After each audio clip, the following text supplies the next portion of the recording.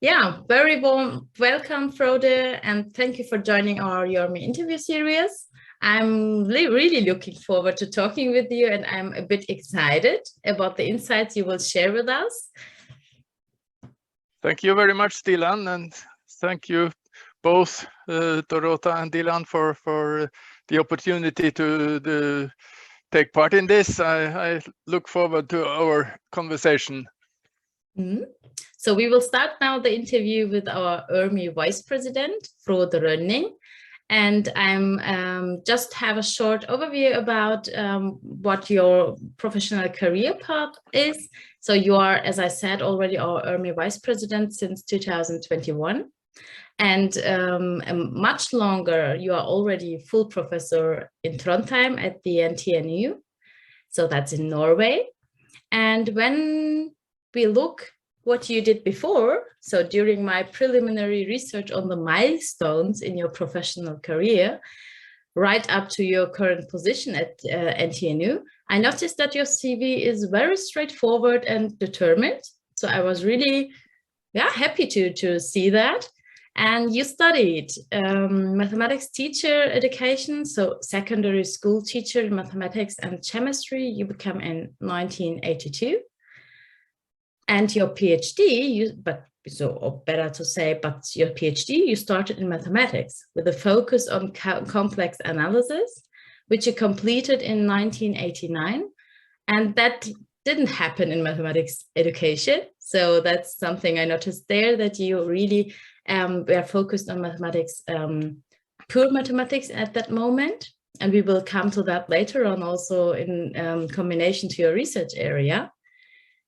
Then you worked for almost 25 years at the University College in Trondheim, first as an associate professor, then with a millennium, I can't say with a millennium year as a full professor. So that was a special moment for you, I think. And my first question arises out of this. How did you come to the decision of moving to NTNU in 2013? And what was your vision in doing this? Well,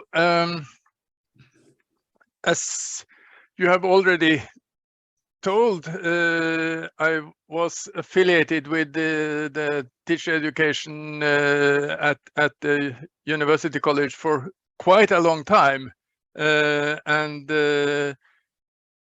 it came to the point that, well, if I'm going to do something else, I'd better start doing it. Otherwise, I will be too old to change. And it is not quite clear from this being a professor at the Department of Mathematical Sciences that also has to do with teacher education, and that was actually the main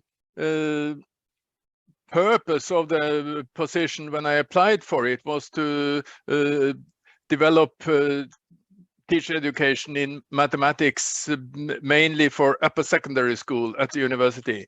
So the teacher education I was involved in at the University College was for mainly primary and lower secondary school, a kind of an integrated teacher education with mathematics as one subject for the students. But at the university, there was this more specialized teacher education program in mathematics. Well, I have to say I haven't worked so much with teacher education at the university as I thought I would do when I joined. But maybe we can come back to that. But the reason for changing was partly should we say an age issue, and also the desire to work with something else than I had done already. But that's a good argument for this, to do it, and to think that it's not too late to change at that moment. So we are really happy that you are at the NTNU since 2013, because otherwise we wouldn't probably not get in touch in this way. Therefore, yeah, we will come back to this, and of course to that, what is the research area then, which you connected probably in your time at the University College, and what affects now your work at the NTNU in the mathematics science in the department. But another thing before we go forward, when I looked at your career, one thing immediately jumped out at me: your love for the city of Trondheim in the heart of Norway. Because when we have a look at this, Trondheim is your city. So could you take us to Trondheim in your mind for a moment?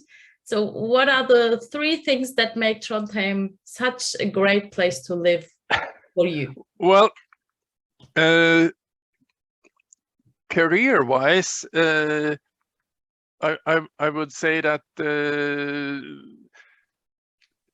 it is good in the sense that the NTNU is the largest university in Norway, and it combines the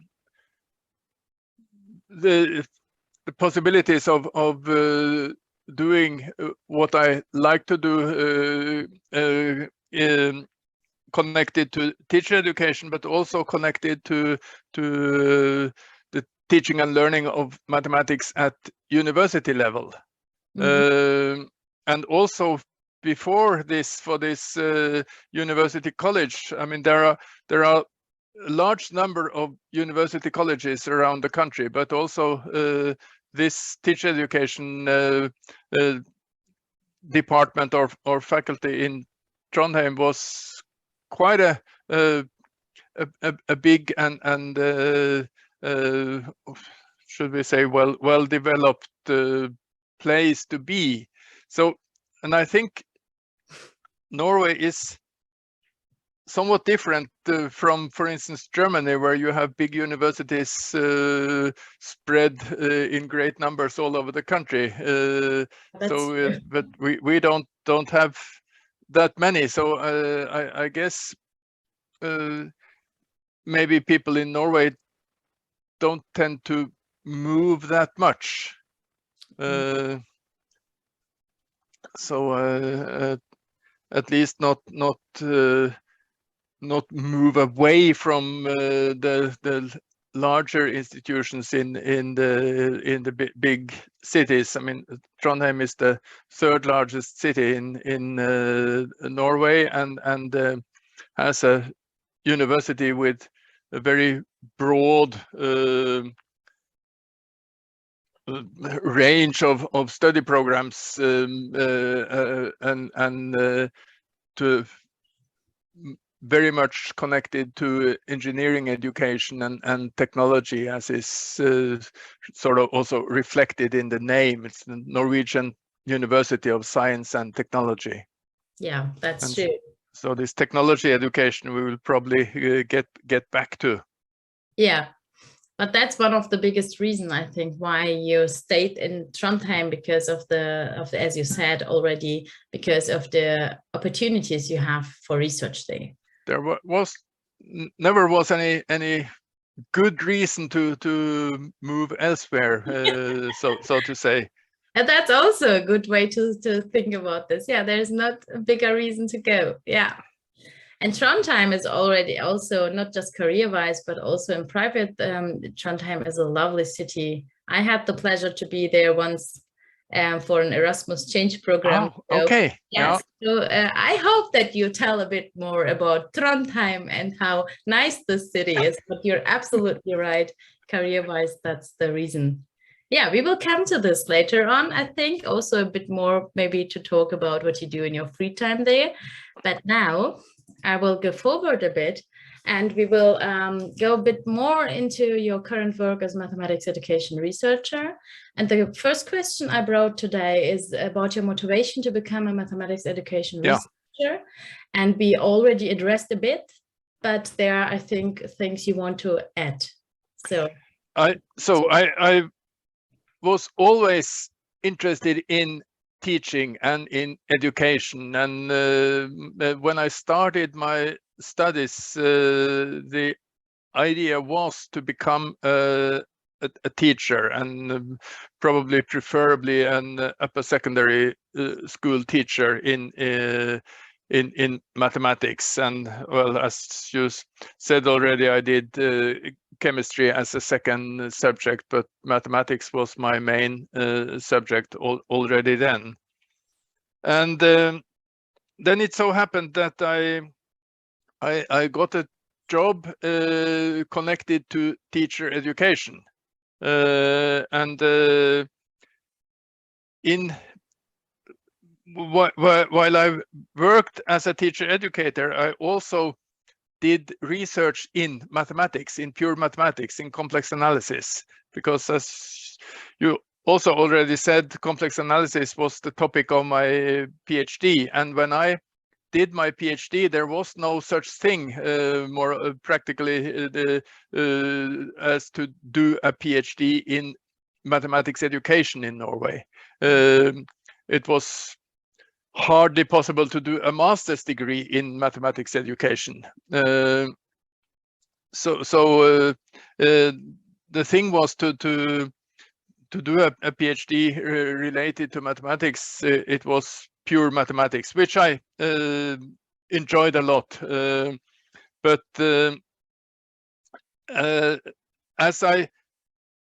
When I joined teacher education, the positions there were not really research positions. They were teaching positions.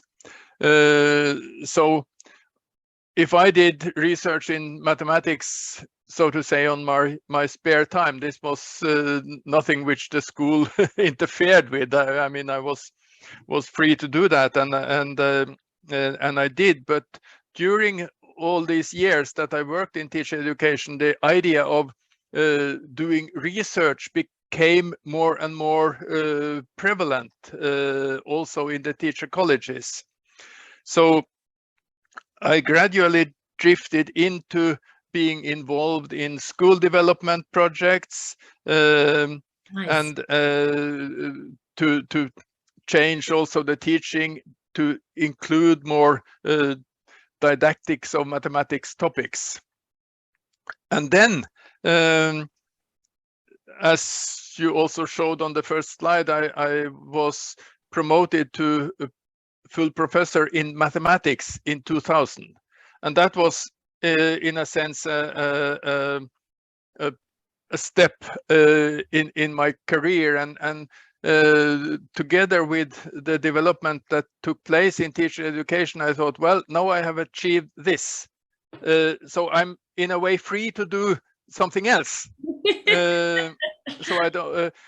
So instead of being halfway a professor in mathematics and maybe halfway something in mathematics education, I thought, well, now I have achieved this step of being qualified as a professor in mathematics, and then I can do something else, and so that was really when I decided to work seriously on mathematics education as a scientific area.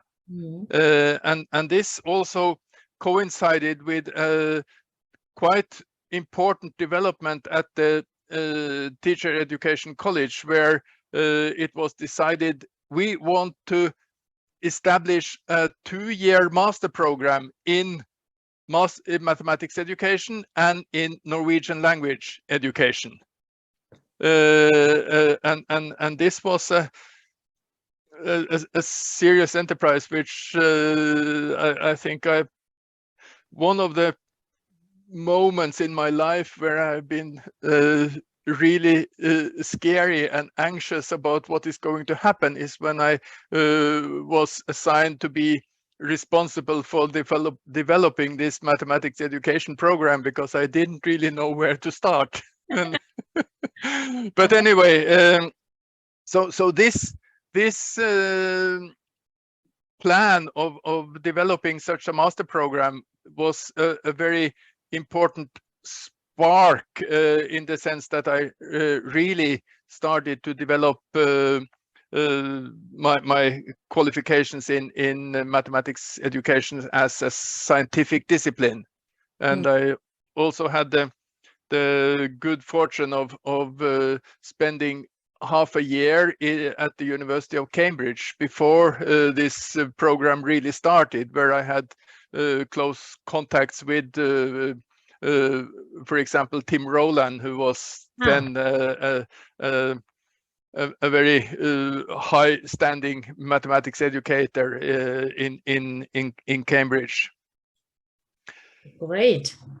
So a bit, just when I have the chance or opportunity to summarize a bit. So what I get from here is that you started in an emerging topic or an emerging research area. That was the reason why you have not the PhD in mathematics education, because it was an emerging scientific area, and you created and constructed a bit also these things for in the master degree level to have the study 2-year study program and all these things. Of course, that's a high motivation.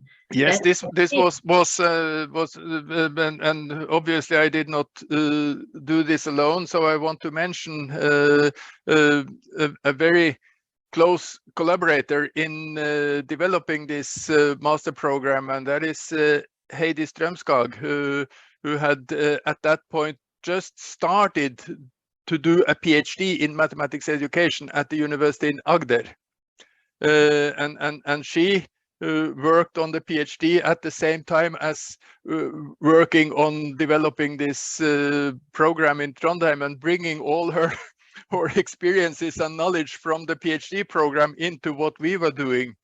And in addition, we had the great fortune of getting Barbara Jaworski as a so-called Professor 2, which means a part-time professor position.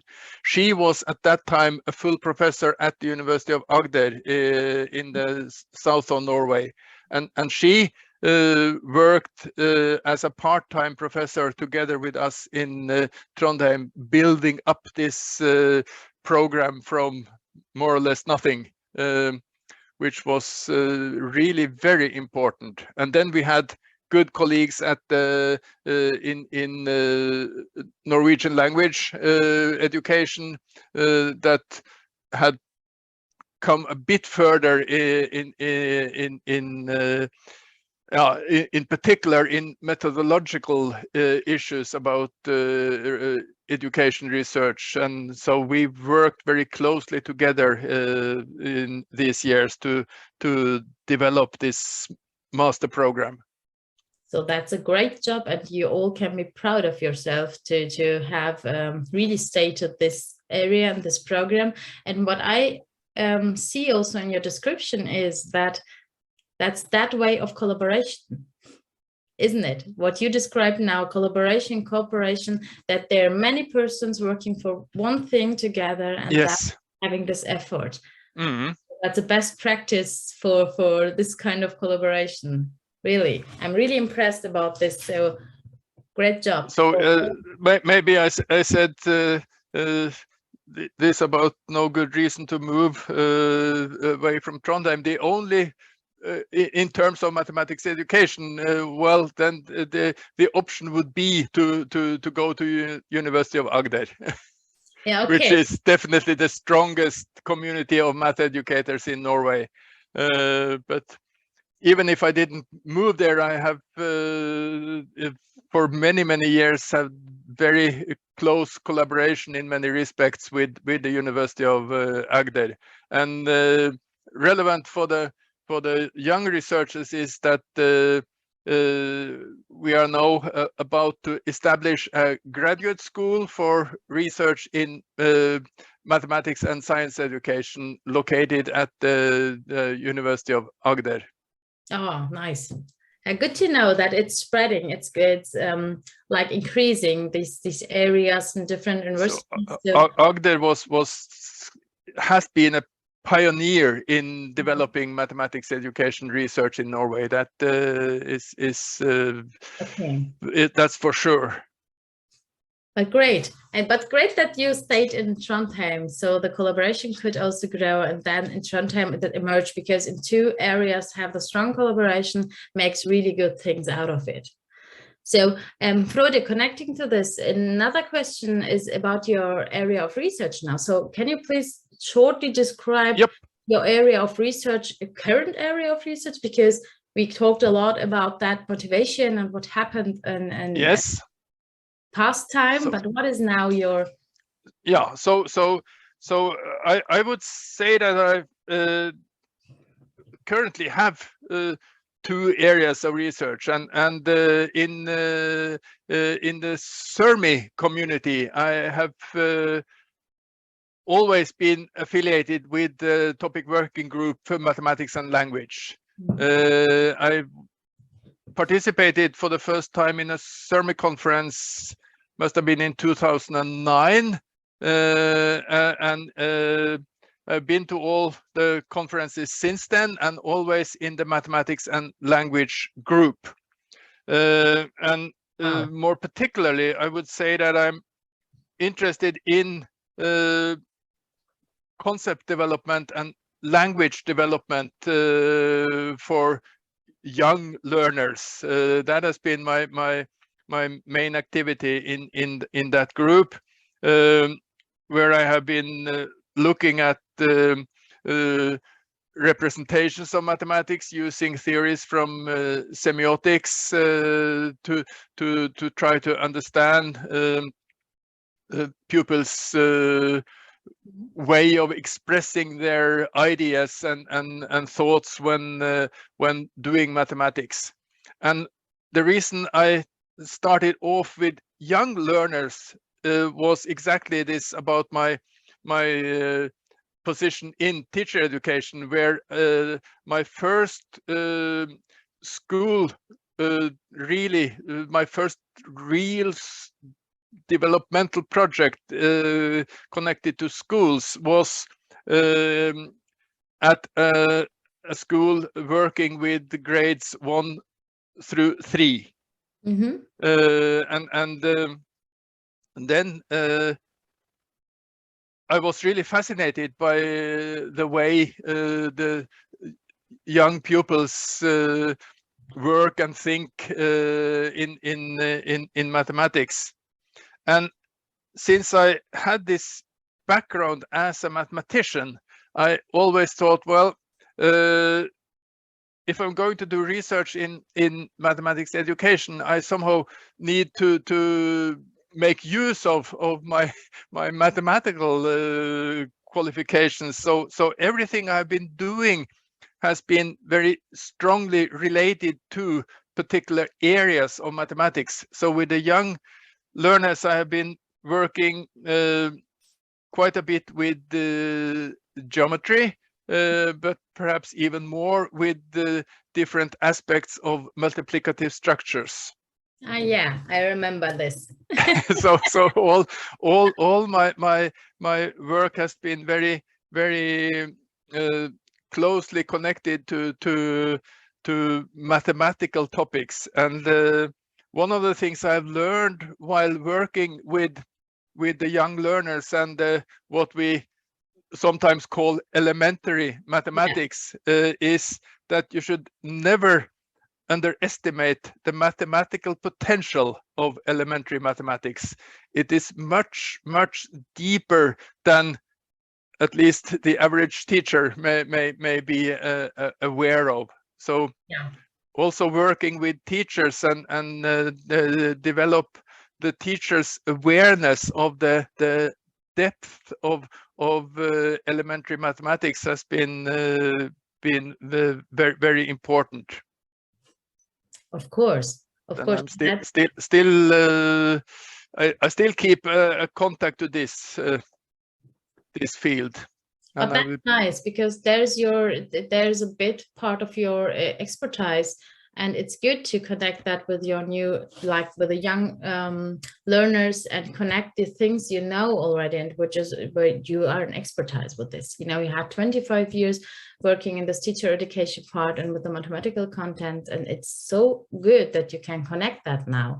So that was the first area, I think, because you said that was the first area. Yes, yeah, and then somehow I skipped a large age group and ended in university mathematics.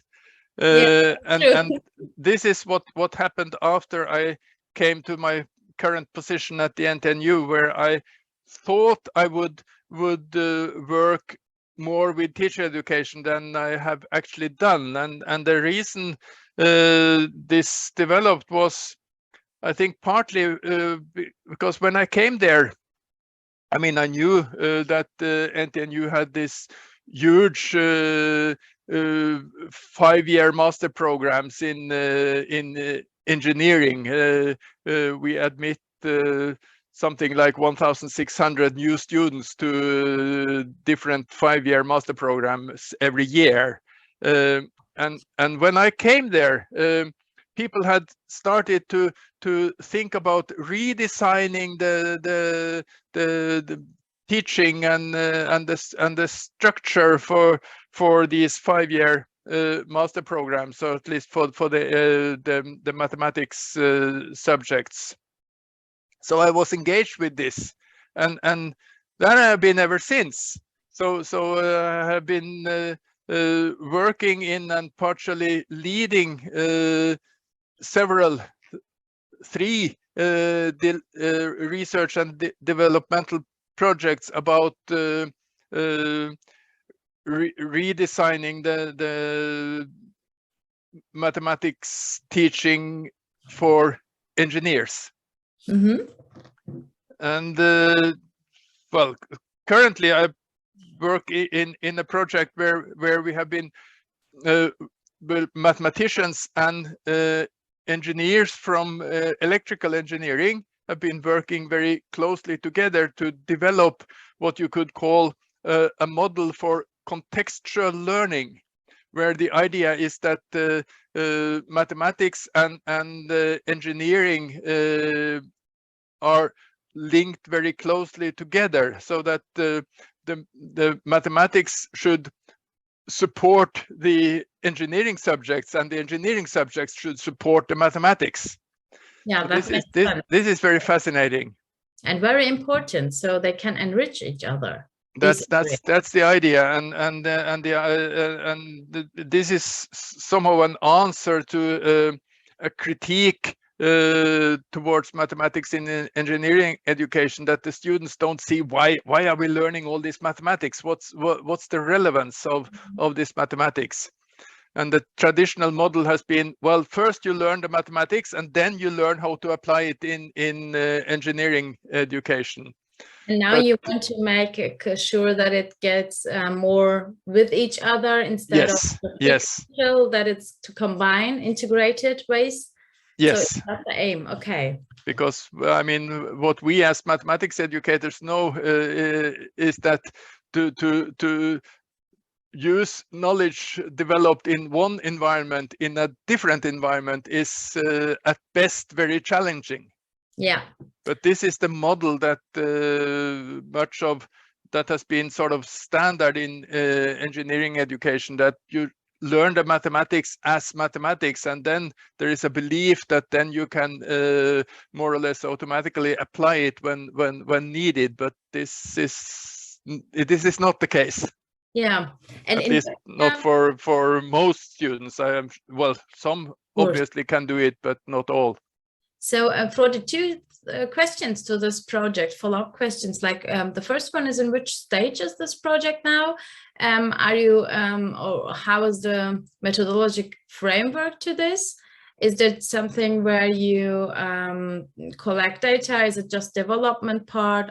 So you're developing this model, but are there also products like sheets to work with, or is it a course which you develop also, or is it? So what is the product of this? Yeah, well, definitely we develop new mathematics courses, and we have tried this now with a particular program in electronics, and as of the coming autumn, this will be expanded to two other programs where one of those is a program in chemistry, and it has been very interesting to see how much common interests there are between these two seemingly quite different engineering fields. So I have to say that we had planned to do more research on the students, but the pandemic made some serious obstacles for us. Yeah, I see.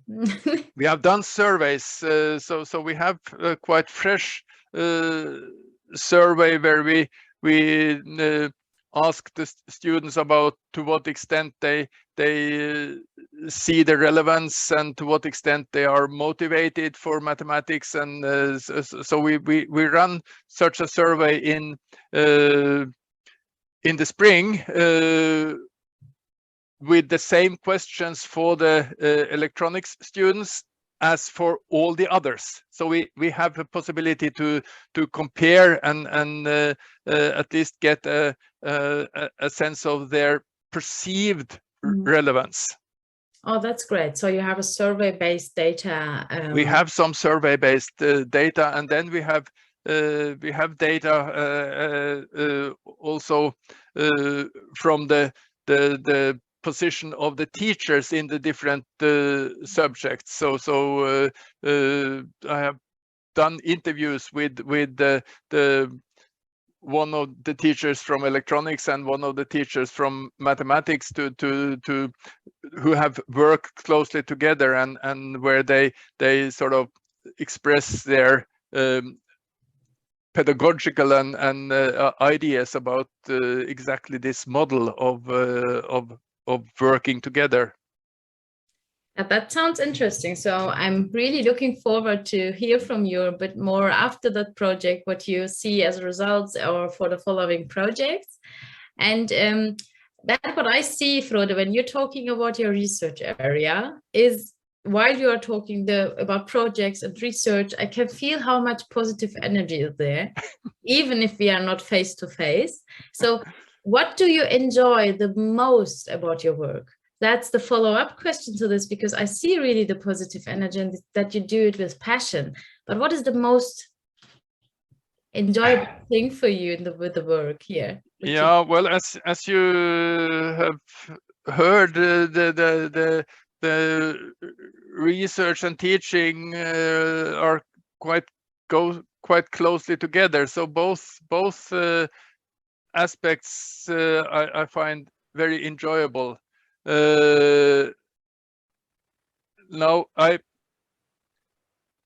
probably would not have gone into research had it not been for the fact that I sort of started off as a teacher, and I really enjoy teaching, and I really enjoy working with students, both so I've been teaching quite a bit in the basic courses in mathematics for engineers, and it's really enjoyable to meet the young people coming to university and starting sort of in a new phase of their lives, and I really like that a lot, and also supervising students, both, well, mostly on master's level, but I also have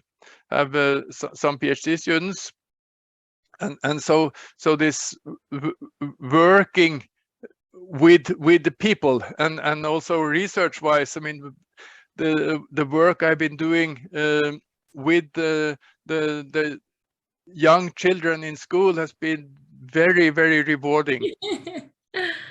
That's nice. So what you describe is also the different areas you always are faced with as a researcher, having the practical part, focusing on the practical thing, but also for you, I see that the most important here now is for you also researching for the practical person. Yeah. And that's the thing what motivates you a lot, I think. So, but as you know, as everything, in every kind of the life we have, there's always two sides to the story. So therefore, my next question is, what do you enjoy the least about it? Well, I guess in this job that I have, there are two main pillars, that is teaching and research, and there are also some administrative duties, and maybe the sort of default answer would be that the administrative duties are the ones that I enjoy the least, which is not really quite true. I also can enjoy that kind of work, but there are, I'm if I'm going to be really frustrated, I should sit down with some of the administrative computer systems that we have to deal with. Okay, that's a political correct answer, I think. I don't know, but it's true. I mean, there are also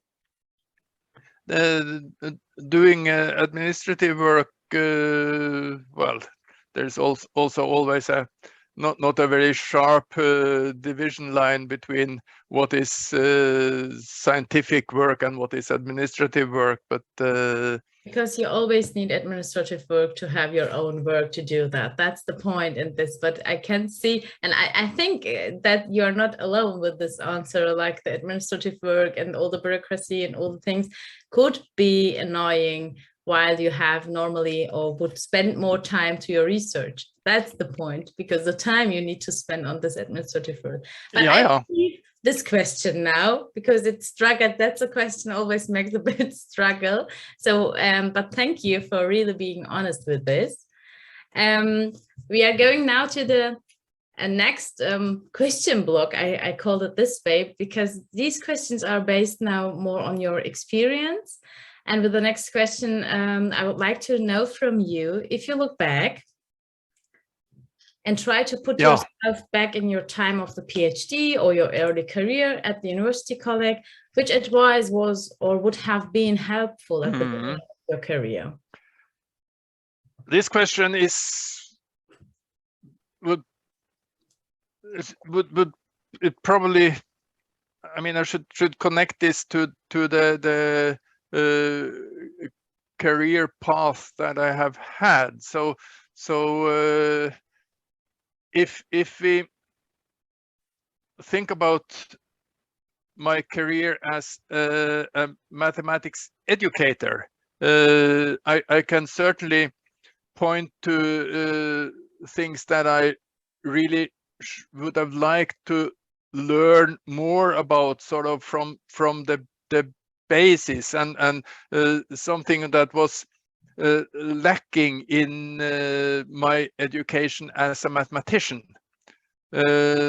So I guess I got some general knowledge about what is research when I was working as a mathematician, and some of this was transferable to working with mathematics education. But there are maybe one aspect in particular, and that is that I miss having a solid and foundational training in research methodology. So this is very different in mathematics education compared to mathematics. So this has been a sort of a gap in my education. This is not really answering your question, but and I think that makes clear what was lacking, and so that's the advice, or that's what you would have been know more, or had an advice where you can get more information about that. But maybe you can combine this, Frode, with the next question when it's coming to the question, what is the one advice you always give to your postgraduate students?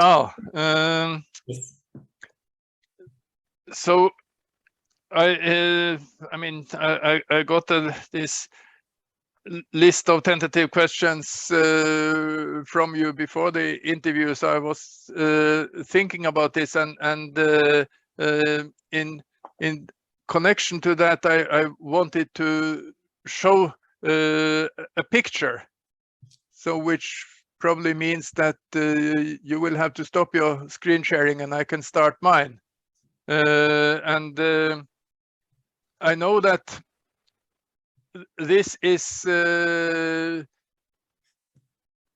well known in the YERME community, or at least I know that now. I didn't realize before we started talking, but we had Dilan and I had a brief chat before really starting this interview. But so this is then referred to as the research pentagon.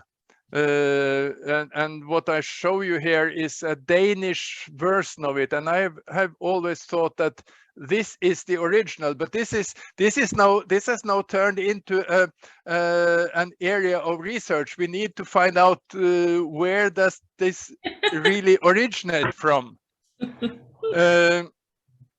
But in this process, when we developed the master programs in mathematics education and Norwegian language education, we had quite a bit of contact with a group of people in Copenhagen, affiliated to something which I don't think exists anymore, but then it did exist, and it was called the Academic Writing Center. Mm-hmm. And they published a book. It's referred to at the top here, and this is a handbook for writing big projects, like from master thesis and up to a PhD thesis, and they developed some material for students to use, and part of this material was this pentagon, and it is slightly differently organized than the one Dilan showed me before the interview, because, and one important difference is that what is on the top is the research question. And I think there is an idea about this, that the research question is what's governing all the rest of the work, and then in this corner there is the purpose of the research. Why are you doing this? Why is this important? Why is it important for you? Why is it important for others? And they also have questions connected to this. So they say here, well, why are you doing this? Why are you asking this question? And here, the empirical material, what is it that you pose your question to? What is the basis for your questions? And here, theories and methods. What are your tools for investigating this empirical material? And here it says in Danish, fremgangsmåte, so that would be something like way of working, and this is meant to be an outline of the thesis. What are the sections? How are you presenting the results of your work? So this I think is very important for someone who is starting on a project to think about, and the reason is to make sure that already from the beginning there is coherence in what he or she is doing, because I mean, you can always ask questions, but is it possible to find answer to these questions? That is something you have to be aware of at a very early stage. and these questions should have a purpose. Well, that you might say there are many questions that are purposeful, but the main thing is it possible to find empirical material that can answer these questions, and can the answers be formulated within some kind of theoretical framework? Mm-hmm. So I just said that we are establishing a graduate school in Norway, and we're having the first gathering for the about 30 students that have been admitted to this graduate school. So we have the first meeting in the autumn, and my plan is to use as a first exercise for these students to try to fill in the blank spaces of this pentagon. That's a really, really great advice. And I can say from my own experience with this pentagon that it really helps to clarify the different aspects in the research work. Now, as you already stated, what are the most important corners? And I can really just say everybody should try to put their own research in this pentagon, so we see where is the lack and where we need to think a bit more about, because it's not clear enough. So and I think it's useful to have this as a blank sheet and come back to it over and over again, because all this will change as the project develops. So if you have all your old versions, you can see, oh well, that's what I thought at that time, but now I'm thinking. Sometimes you don't want to see that, Frode. That's true. But that's really helpful. It also helps me and some colleagues of mine when we think about the research of other persons. It in an scientific discussion, or in some summer schools or working conferences, what else, but to try to put the things which we hear into the research pentagon helps sometimes also to think about the research of others. So we can use it also as a thinking tool at this point. So it's a really, really nice thing. Thank you to bringing the research pentagon to this interview. Thank you so much. I think a lot of persons can really have advantages of this. So, but now we change a bit the corner, and I would like to know from you, Frode, what would you recommend? Which 3 articles or books are, in your opinion, those which every researcher in math education should have read, and why? Mm-hmm. You can comment a bit. Yeah, I thought about this since I saw the question, and I don't really think that I have 3 concrete titles, but I was thinking, okay, so mathematics education is a very broad area. So the readings would, to a large extent, be different depending on what kind of problems you will be researching. So then I thought, well, what could be general? And then I thought, okay, mathematics education is about learning, also about teaching, but teaching is a means for learning. So it's the learning that is important. So it's about learning, and it is about mathematics. So then I thought every PhD student or every researcher in mathematics education should think about or get some input to what is learning and what is mathematics. And then for the first point there, what is learning, I could come up with several titles, but I think the main thing would be to read some of the classical texts about theories of learning. First, you think about which was the first? Well, I would think about Vygotsky and texts that sort of come out of his work, his followers like Wirch, also the more specific texts about situated cognition like Lev and Wenger. I think the book by Lev and Wenger, when I first read that about situated, I don't remember the title in the moment, but at the moment, but it's this book from 1991, I think, that it had nothing at all to do with mathematics, but it was very made a big impression. And then something about constructivistic theories should be there. Maybe read something from Paul Ernest, von Glasersfeld. Mm-hmm. And then what is mathematics? And this is a thing. When you are doing a PhD in mathematics, you never, or at least I didn't, reflect on what mathematics is. It's just there. I mean, you do mathematics, and so what?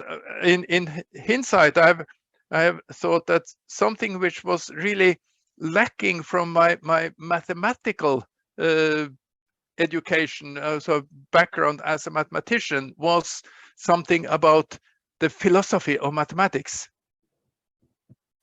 It's more or less taken for granted in a educational program for mathematics, be it master or PhD level. Frode, so do you suggest in this way to get a frame, first of all, for the things where we are researching in, like a frame about what is learning? What is mathematics included? What is constructivism? So how we construct knowledge. So getting a frame and to know where we are located. Yes. Yeah.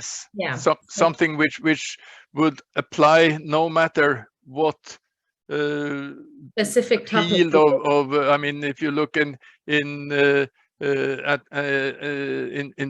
YERME conferences, there are, I don't know, 20 something topic working groups. So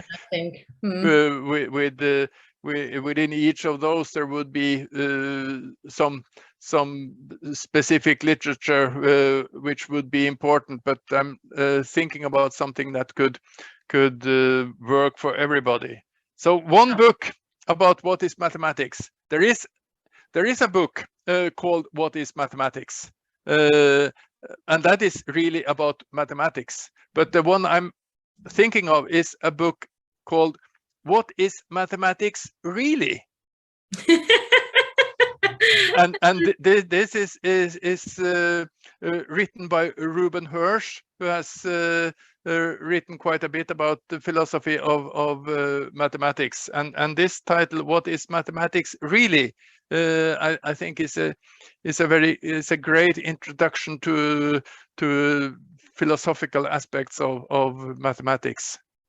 So thank you very much for this suggestions, the recommendations you made now, and we can I think everybody can, because we're recording and everybody can listen to and find out this literature, or we can link it below the video so they can find it. Thanks a lot for this. And following on from this, Frode, the next question is about the future. It's more about, what do you think? I'm not sure by so now it's going further. What is in your opinion the key topics and challenges for future research and education, especially in mathematics education? What do you think? And I think I want to link this question to the question that you just briefly showed and took away. Here you go. Yes. What is your biggest takeaway? Because I think or the way I've been thinking about this, they are connected. And I mean, thinking about the past 6 months and maybe even more, but from an educational standpoint, I think the pandemic has been had a large impact on what we have been doing or not have been doing. It seems at least at my university, although we have now been running everything as normal since several months, but we don't get the students back to campus. So we have developed during the pandemic lots of digital resources, and that is good. And we started developing digital resources as part of these projects that I have been talking about long before the pandemic, because we thought they would be important for students to have flexibility and diversity. We see that students don't come to campus, and we don't know what this will have for effect on their learning. We know from surveys among students in Norway that quite a number of students struggle with mental health problems. And these seem to be rather serious, tending towards the thinking about suicide and very, very serious matters. Yes. So research-wise, we don't really know what is missing if we are doing education in a digital environment. Regarding learning a particular subject, learning mathematics, what aspects of mathematics will be lost if you are just looking at videos and sitting by yourself? As a researcher in language and mathematics, a hypothesis could be that the development of reasoning and mathematical language will be hindered. And another hypothesis could be that learning would be very much focused on procedures, doing exercises, getting the correct answer.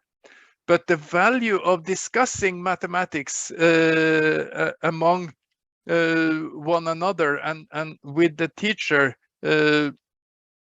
could be lost. So we don't know sort of the qualities or the characteristics of the learning that takes place if we take away the social contact. And then the other thing is, apart from the mathematics, the social issues. Yeah. So I've been saying to colleagues that, well, we should get students back to campus, and one important thing is that they in the break between the lectures, they can at least say to one another, oh, how dreadful this lecturer was. Yes. I mean, that in itself is valuable. If you sit alone in your room and watch a video, you don't have this possibility. No, and you're absolutely right. I think that might be one of the key topic for the next decades. I don't know how many, but I think we will see after a while which effects this digital environment has for the learning, for constructing meanings, and all the other things which could be lost. And social environment, you're absolutely right, because they are going to be teachers, most of them, when you think about teacher education. But even if they are not going to be teachers, I mean, whatever they are going to be, the social contact is missing, and the understanding of But and for the we don't need to look beyond the time that they are students. I mean, also in the period as students, it is dangerous, I think, if we get too little social contact. So you think, so the key topic and the challenge is to research on the effect of the digital environment, about not having the social context, not having the reasoning about the topics, about the insights and all the things. I think there are both social issues as well as more directly subject-related issues to this. We don't really know what is the should I say what characterizes the mathematics that these students learn compared to what they would learn if they were in a social environment. Yeah.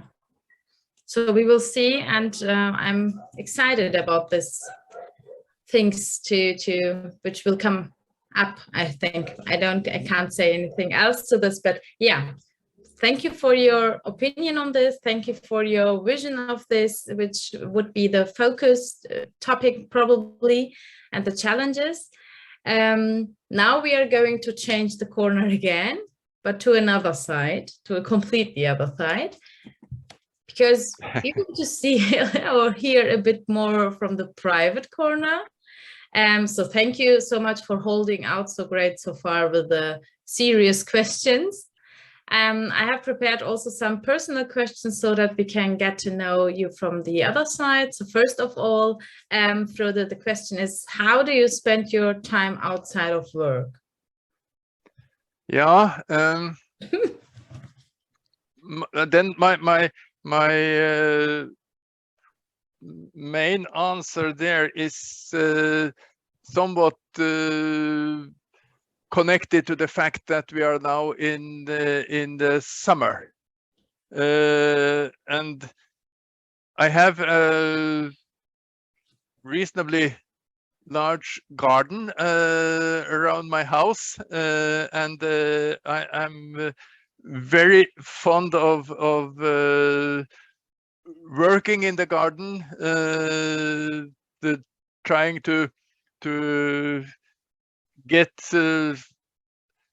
plants to bloom in different times, so that there should always be something happening in the garden from the early spring and until late autumn. So I think it's fair to say that these days most of my spare time is spent working in the garden. So I think with this you answered already the question also. Do you have already had plans for the summer break? And I think that's the yes, gardening. The garden needs to taking care of. That's for sure. But we have also plans for doing a bit of travel within Norway. So I'm very fond of traveling. That has to be said. And I've been traveling quite a bit in many parts of the world. Obviously, this has also not been so easy in the past years, and it's still not so easy. Not now, maybe not mainly because of the pandemic, but because of the chaotic situations at some airports in Europe. And yes. I'm very, very happy that I don't have any immediate plans for air travel. So this will be a trip by car within Norway and to the southeast part southwest part, I mean, of Norway. That is the idea.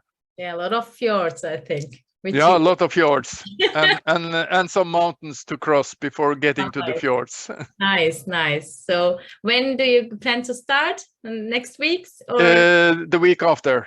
Okay, perfect. Not long ahead. So not long ahead. That's yeah. right. And one different question, I think. When was the last time, Frode, you did something for the first time? Oh, I did something for the first time. No, that was. I couldn't prepare this question because. No, you haven't. You didn't reveal this question. So that was a difficult one to. Okay, if you don't answer. Spontaneous answer, it's fine, but one or two questions needs to be spontaneous, you know. But it's fine if you don't. Well, yeah, no.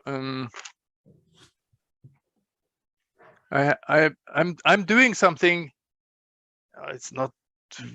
Yes, to some extent it is for the first time, because it is a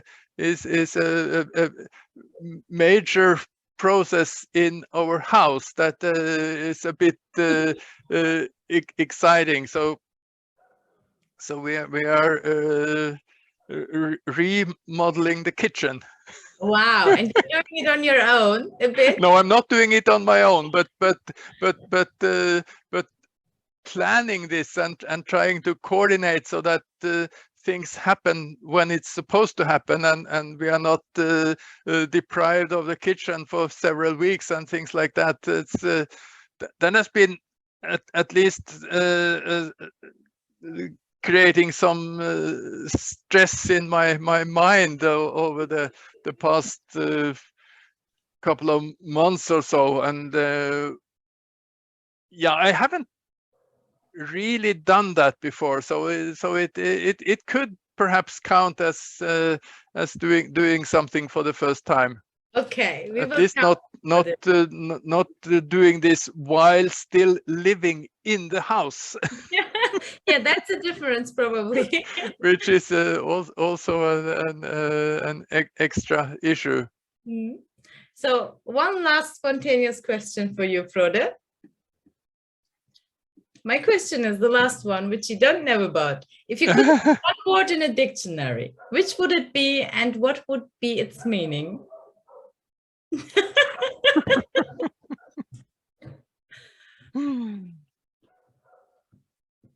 Well, that I think I'm not in the position to say. It doesn't have to be a serious word, you know. Sometimes we have some words in our everyday language use, which is not in a dictionary. But it's fine. Yeah, no, I don't. It was a tough interview. I could probably think of some Norwegian words that are not in a dictionary, but that's also fine. But now I don't have any suggestion. Okay, that's totally fine. The last thing is there anything else you would like to share with the YERME community besides the things we already addressed?